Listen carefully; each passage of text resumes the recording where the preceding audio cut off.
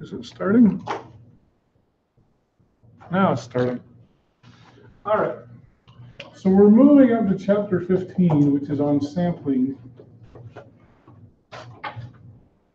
distributions.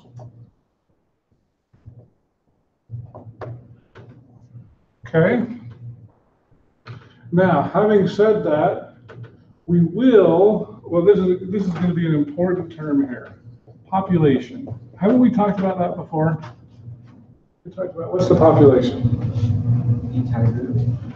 The entire group of individuals we want information on. Okay? And what is a sample?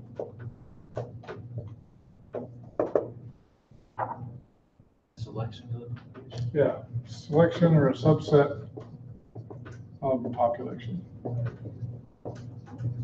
I thought we had talked about that, but I was surprised that it was in this chapter again. Okay, so now, have we talked about the parameter? I can't remember if we have or not. We have. I think we have, right? It's called a parameter. Parameter? Yeah, that's not how I pronounce it.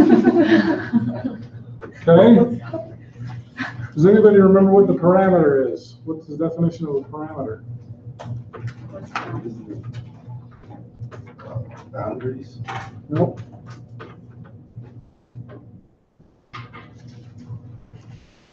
It's the true value of a population. So you remember parameter and population, P and P, right? And it's often unknown. Okay? How about the statistic? Have we talked about that?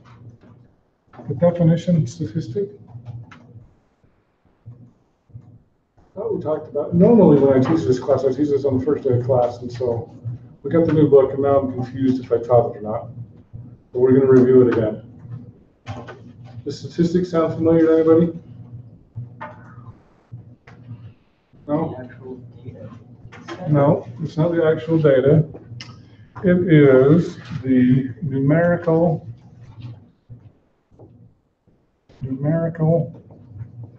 summary of data, and it applies to samples. Okay? So you notice P and P, we also have S and S. A statistic comes from a sample, a parameter comes from a population. Okay? So that's how you can kind of remember those. They're related to each other. Okay? So,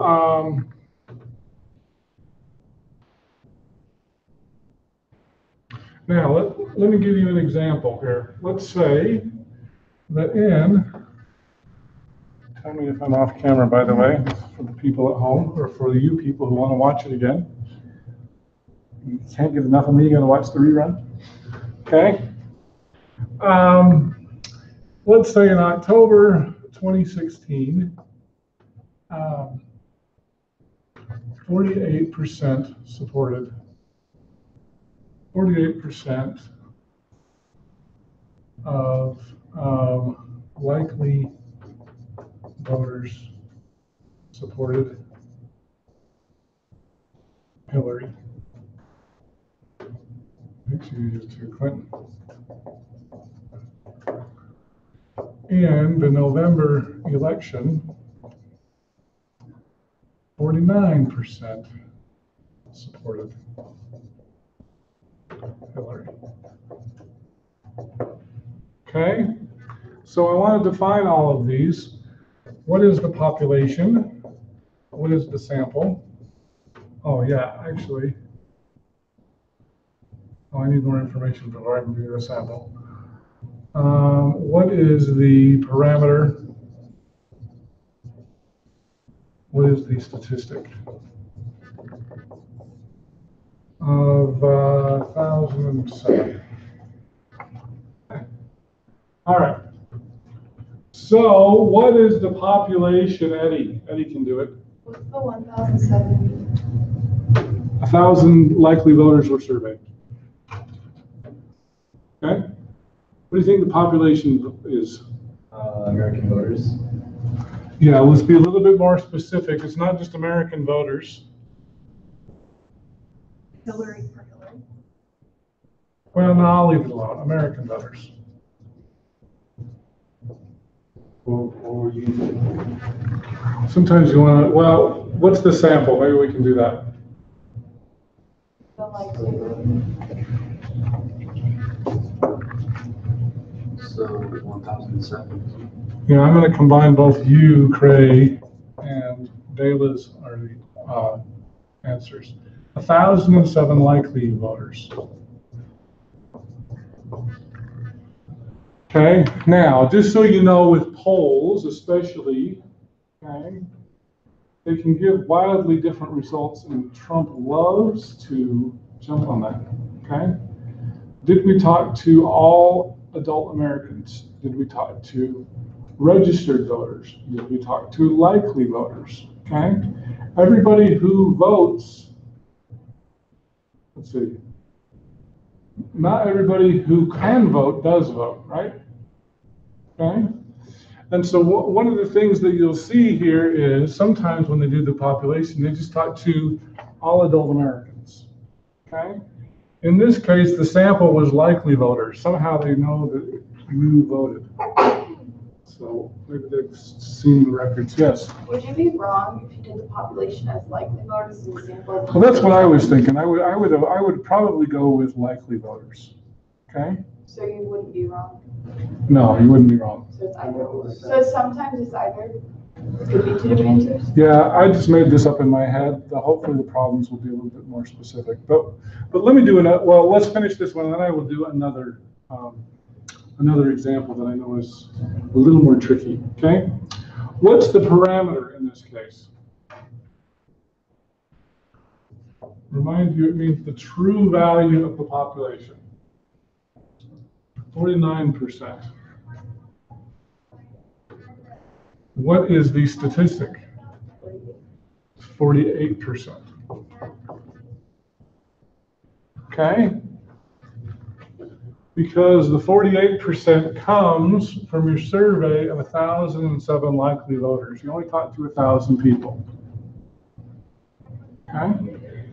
And the November election, you talked to the entire population.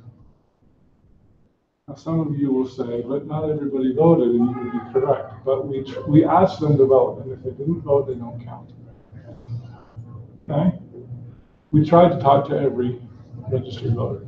Is this the, I don't remember what it's called, but we talked about last time, like the bigger your number is, like the more accurate it is? Yeah. Is that the same? Okay, so I think you're thinking of the law of large numbers. Yeah. Large numbers. Okay, now, how many Americans are there? Several million, right? 50 million Americans or something like that? How can you trust that talking to 1,000 was enough?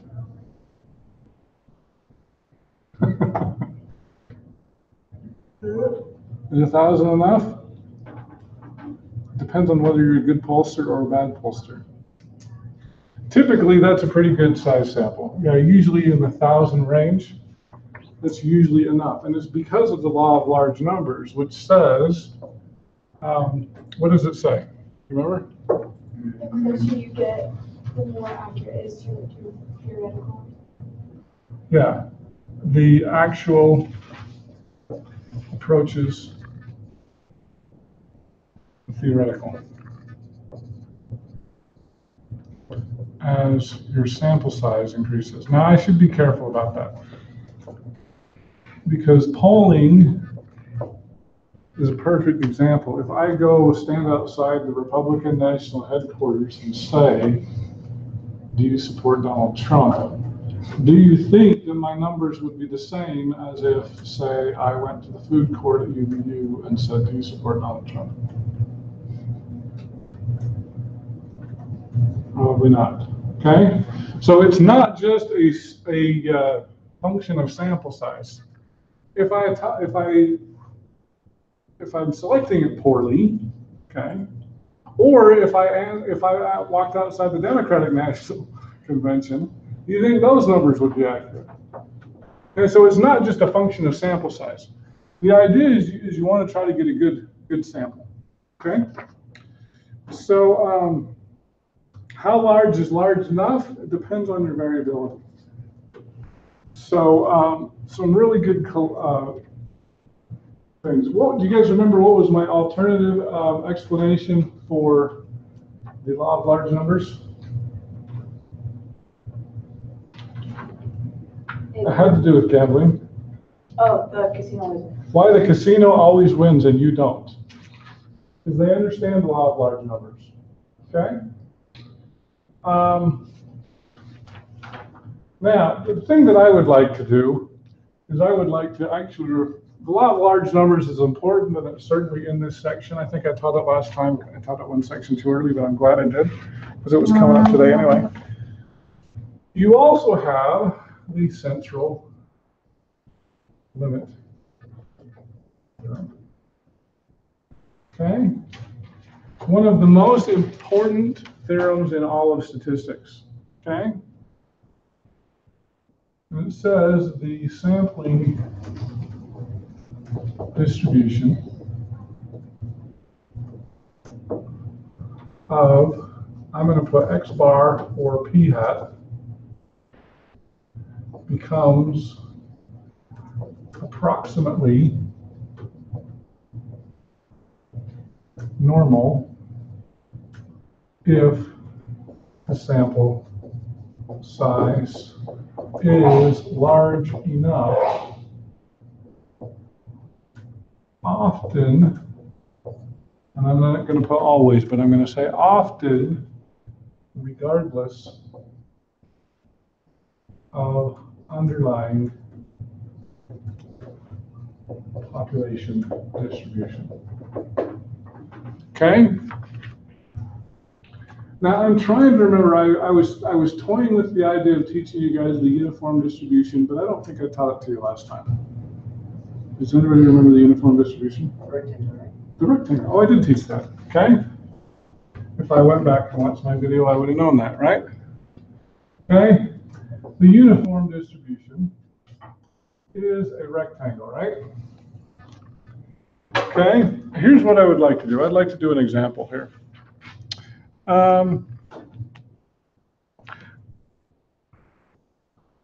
Well, it doesn't matter if you follow along, but if you want to follow along on your laptops, go ahead and open up Excel. Okay? Okay, I'm going to write this on the board before we do that. Okay? All right, so let's do an example. The Stanford IQ test is normally distributed with a mean of 15 and standard deviation of, no, a mean of 100, sorry, standard deviation of 15. Okay? Do a simulation of 900 students with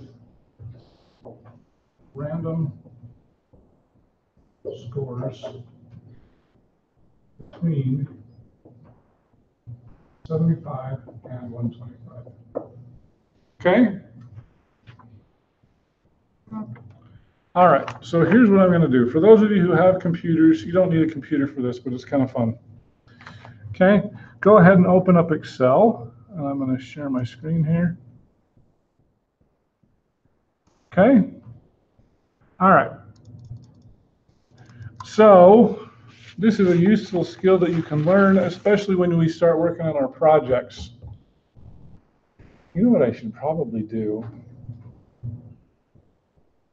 Well, that's all right. Do you remember when we talked about ethics on the first day of class? Normally I have you guys take an ethics course, but I wasn't sure if we were going to do a project, but I think we will.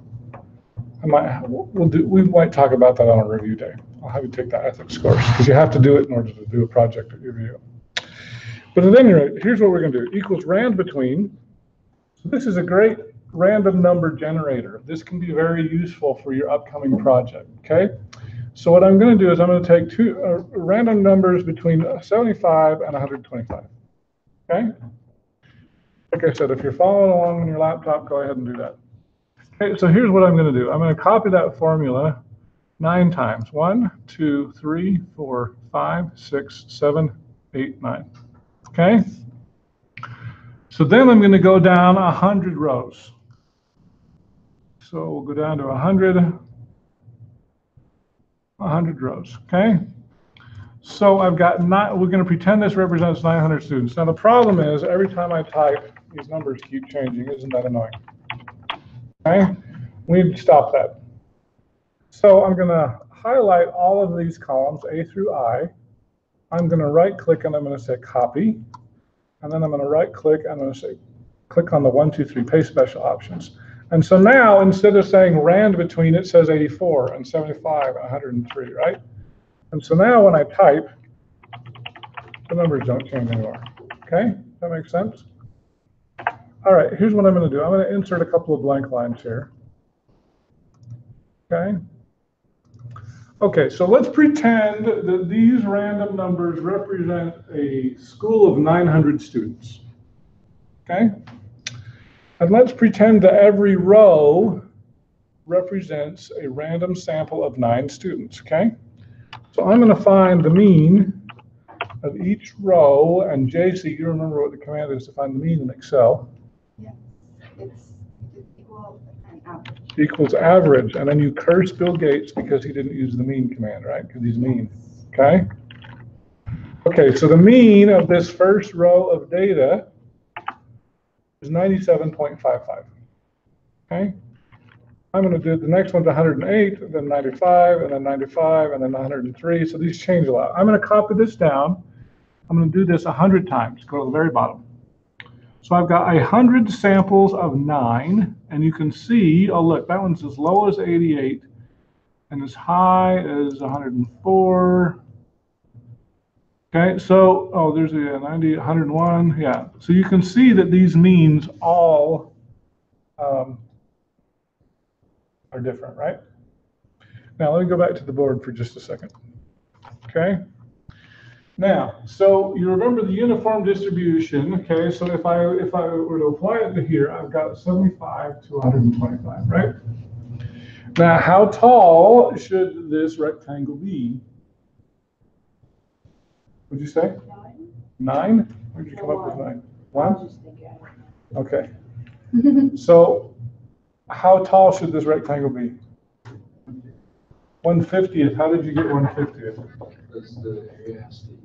The area has to equal 1, and the length of that is 50, right? Okay? Okay, so now,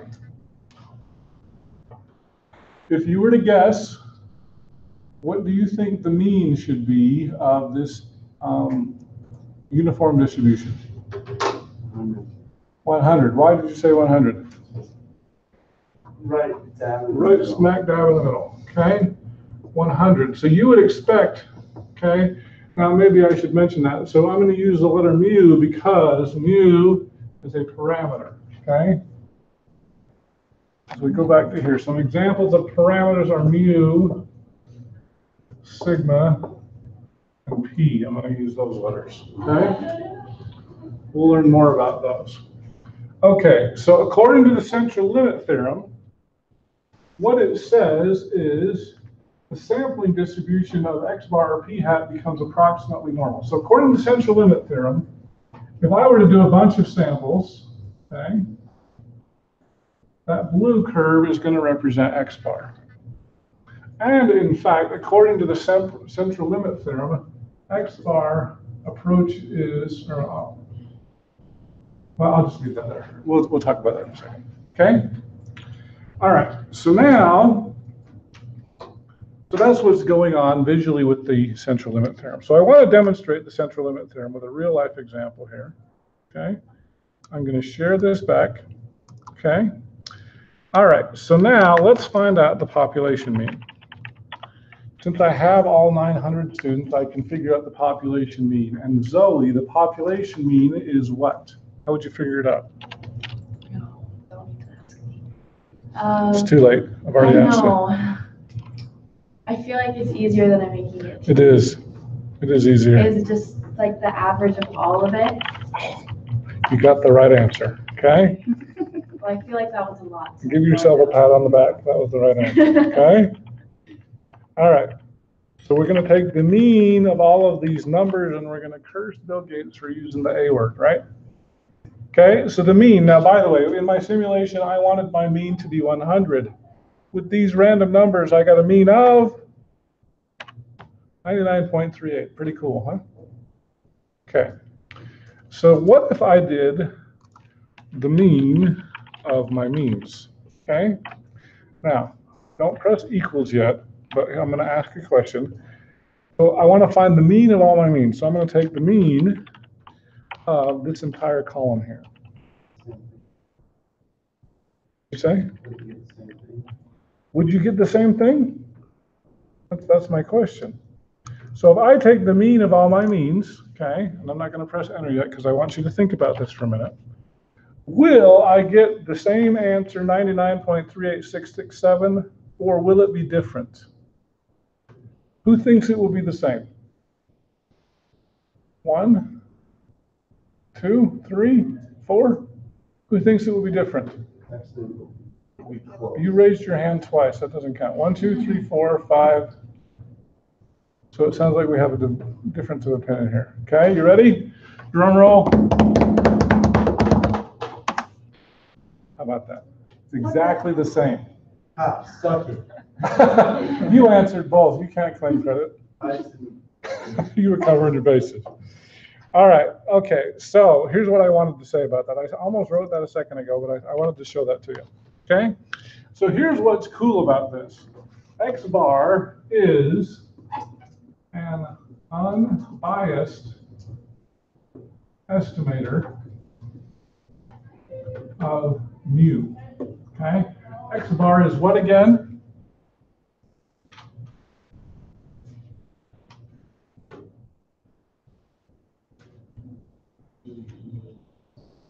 Which mean? The sample mean. In fact, I probably didn't finish right down over here. So okay, so these are examples of parameters. The example of statistics are going to be X bar, S for standard deviation, and P hat. Okay, there are other parameters and statistics out there, but these are three primary ones we're going to use. You're gonna leave us already? Yeah, sorry. You're gonna have to watch this video later. This is a cool demonstration. Okay. What's the P? What does that mean? It's yeah. What does that mean? Okay, we'll learn about this. Okay, so X bar is your sample mean, mu is your population mean, S is your sample standard deviation, sigma is your population standard deviation, P hat is your sample proportion. We haven't talked much about that yet. It was actually chapter 14, but we skipped it. P is going to be your population proportion. Okay, so we'll talk about those today. Okay. So the cool thing about this is X bar is an unbiased estimator of mu. If you took 100 samples, you should get the same value as the population. Okay? All right, now, okay, I'm going to do another little demonstration. There we go. Okay? Now, according to this, I want to finish up the central limit theorem here a little bit. Okay? Now, so if I were to make a histogram of all of these numbers here. Now, by the way, I don't like using the histogram maker, but for sake of time, I'm going to use it. Okay? But before I do, tell me what you think the shape of this histogram should look like. Okay? Keaton drew a bell curve. Do you guys agree with that? No, I'm sorry. It's gonna be higher in the middle, right? Okay, so he's still saying a bell curve. What do the rest of you guys think? Yeah. Yeah? Don't your random numbers look like a bell curve? It's not what we said at the beginning. What did we say at the beginning? So it's supposed to be a rectangle. Okay? Now I did this, but the funny thing is this is my third demonstration. The first one, I don't like the histogram maker, and you're about to find why. So if I go to histogram maker, oh, you drive me crazy. There you go. Does that look like a rectangle to you? This is crap. That's a dumb, like, look at this. We only go up to 125, but for some reason it goes up to 135. Should I make my own? Yeah, bar graph, take away the spacing. It doesn't matter, the bar graph will look the same. Well, here, I'm gonna leave that there. That's supposed to be a rectangle. The first time I did it, it was a rectangle. The second two times it had some, but that's what it should look like, okay? It should be a rectangle. But let me ask this question. Even though it's not a rectangle, is it a bell curve? It's clearly not a bell curve, right? Okay? Now, according to the central limit theorem, if I do the same thing with my x bar, this column here, what should it look like according to the central limit theorem? Does it look like the same thing?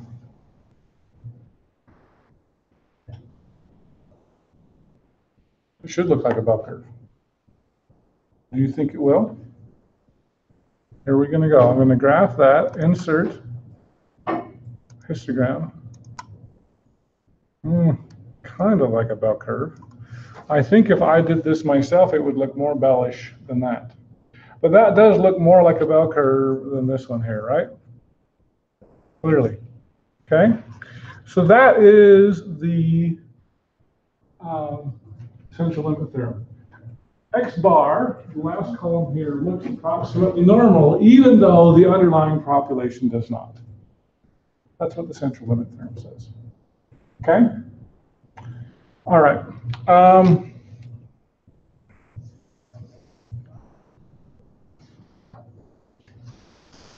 Okay, so let me ask another question here. Okay? How would you find the standard deviation of the population? Craig, it must be your turn. The standard deviation of population? I don't remember. You don't remember? I mean, I do, I just don't remember all the like steps. Okay, what if I gave you the cheater method? Oh, just standard deviation. Standard deviation of the population, right? So the cheater method, because we don't want to spend all this time, that's why we did the stupid histogram maker, okay? So the standard deviation in this is, according to this, 14.42. I was hoping it would be about 15. That's pretty good, right?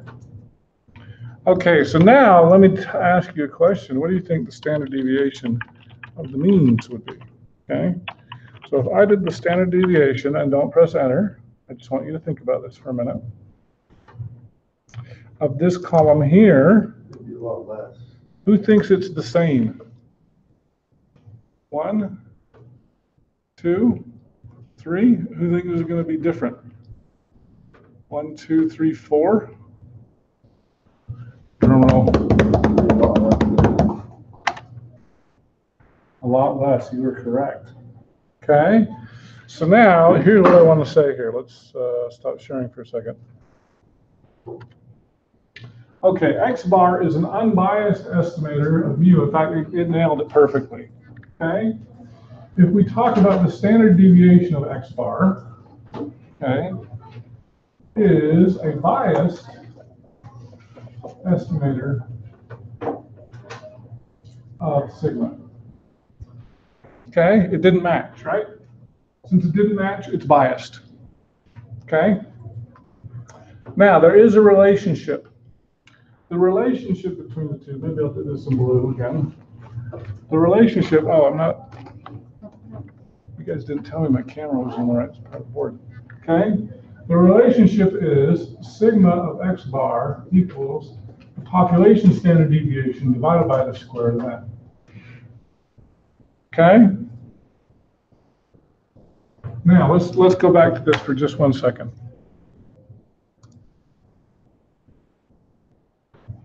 Come on.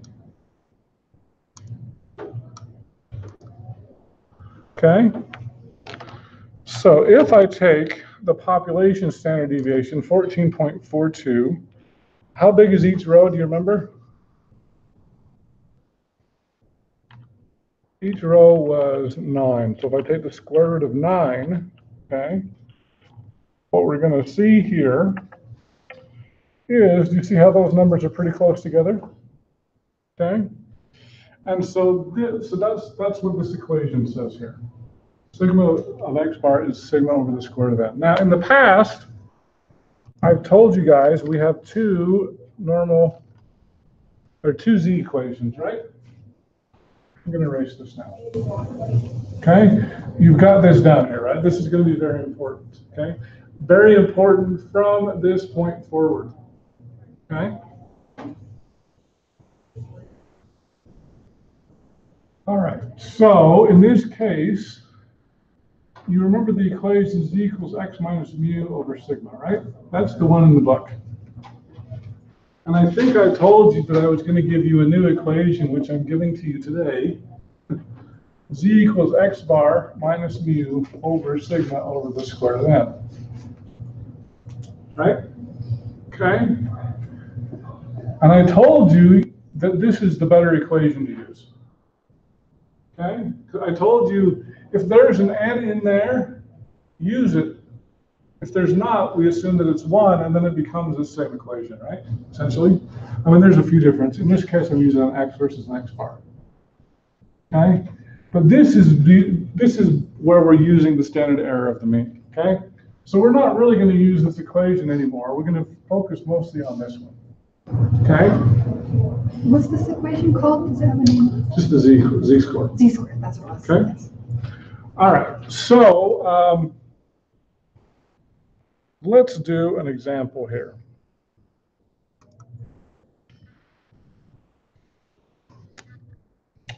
Okay. Well, did I share my screen? I hate this thing sometimes. Share. Okay, so I'm going to open up a new tab here.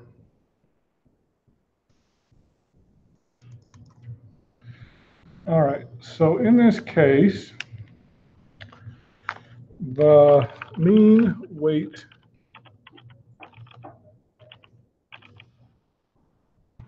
gain during pregnancy is 30 pounds. And standard deviation is 12.9 pounds. Weight gain during pregnancy is skewed right. Okay? Obstetrician in low-income neighborhood takes simple random sample of 35 women and finds the mean weight gain is 36.2 pounds. Should she be concerned? Okay. All right, now I'm going to try to start getting you guys in the habit here of when you see a problem like this, I want you to properly label all the important stuff. Okay? Mean weight gain during pregnancy is 30 pounds. What letter is going to equal 30? What did you say? Why? Why mu? That's the mean of your sample. That's the mean of your population. Okay? Right. So mu was correct. The mean, so mu is 30. That's your population. Something is 12.9 pounds. What is the something? Sigma? Why sigma?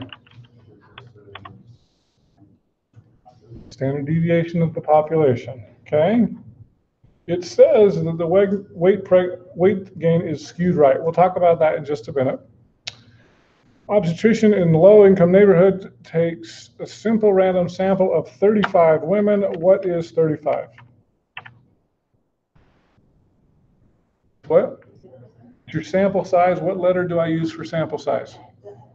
M. N for sample size. The number, okay?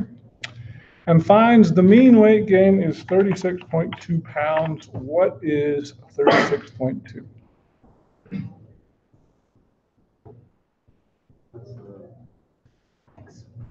X bar. Why is it X bar? The sample. The mean of the sample, okay? You guys are doing really good about identifying parameters, statistics, populations, and samples, okay? This is a skill. This is where the class gets really hard, okay?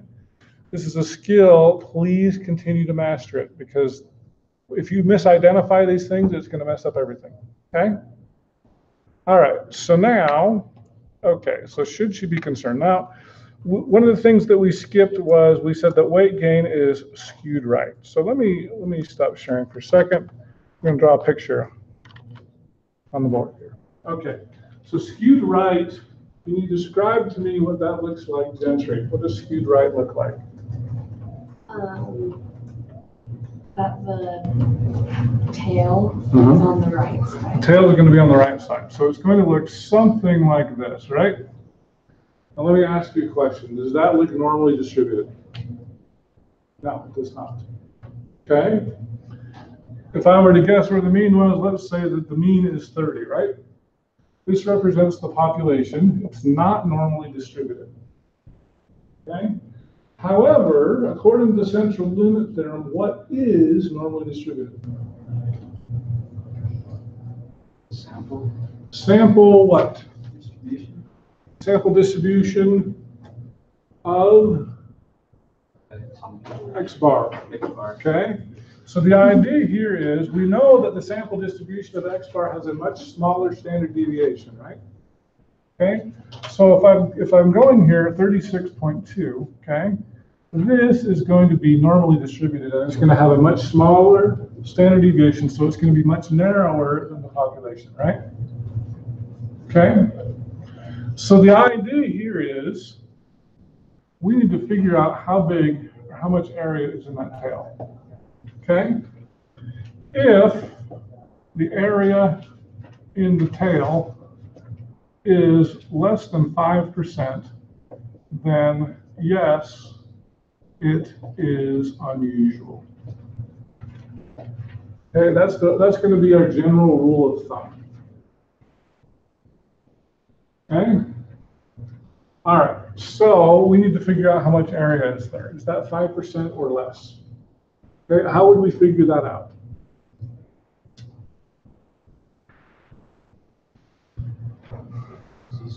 Z-score, okay?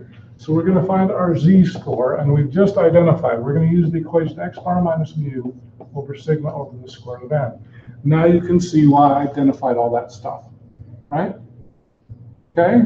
Now, let's go ahead. We're going to go back to our spreadsheet.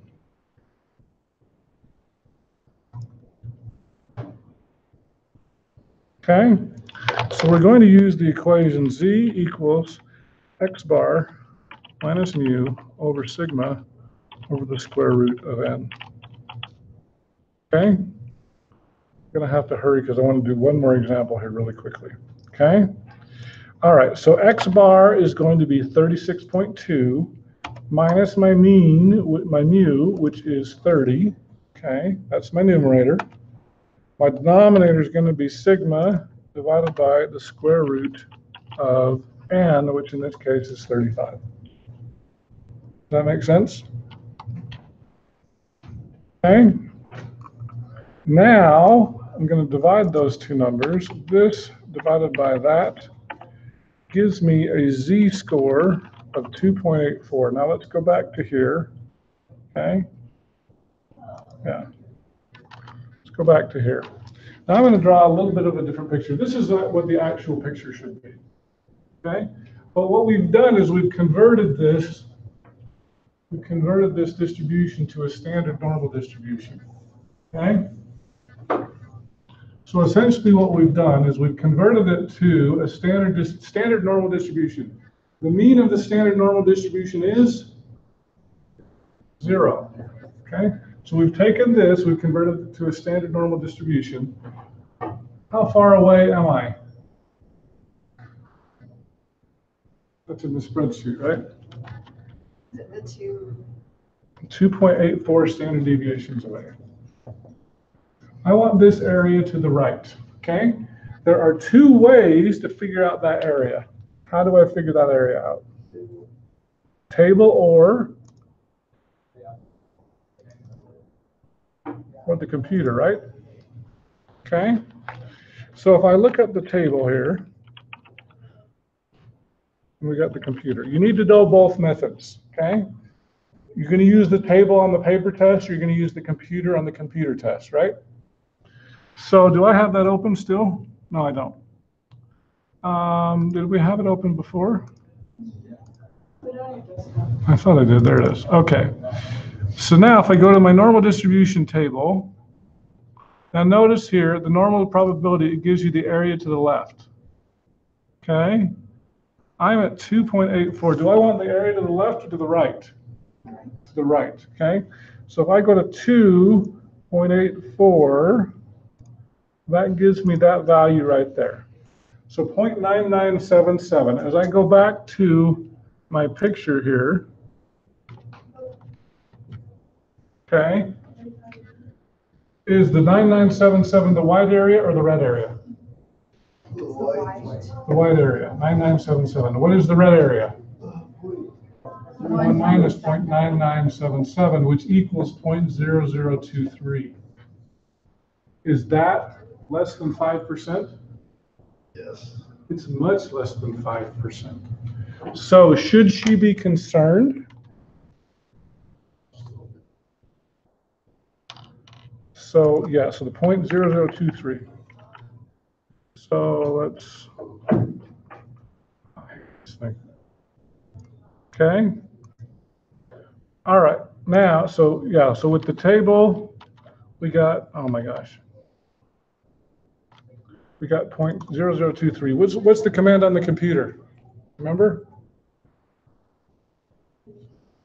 Equals 1 minus norm s dist. Okay, I'm going to put my z-score in here. So we still need, because the table works just like, the computer works just like the table does. It always tells you the area to the left. If you want the area to the right, you have to subtract it. Use the complement rule. Okay? And I get 0.0022. Okay? So yes, should she be concerned? Yes, her patients are gaining more weight than the population. Okay? Significant, statistically significant. Okay? All right, now we're running out of time. I just want to throw one more z-score at you. Okay? It works exactly the same way. Okay, so you're familiar with this z-score here. I'm going to give you another z-score. Okay, z equals, problem is because I know I assigned some of these, but you can think of it the same way. It's p hat minus p over the square root of p times q divided by n. Okay, so quick definitions. P equals your population proportion. Such as, remember I used Hillary Clinton before? So the population proportion was 0.49 or 49%, remember? P hat equals your sample proportion. Okay, and in the example I used before, it was 48% or 0.48. Okay? Q equals 1 minus P. It's the complement of that. Okay? So in this case, your Q would be, so you can think of this as success. You can think of Q as failure. Okay? I could make a joke about Donald Trump being the failure candidate, but anyway, I won't do that. Okay?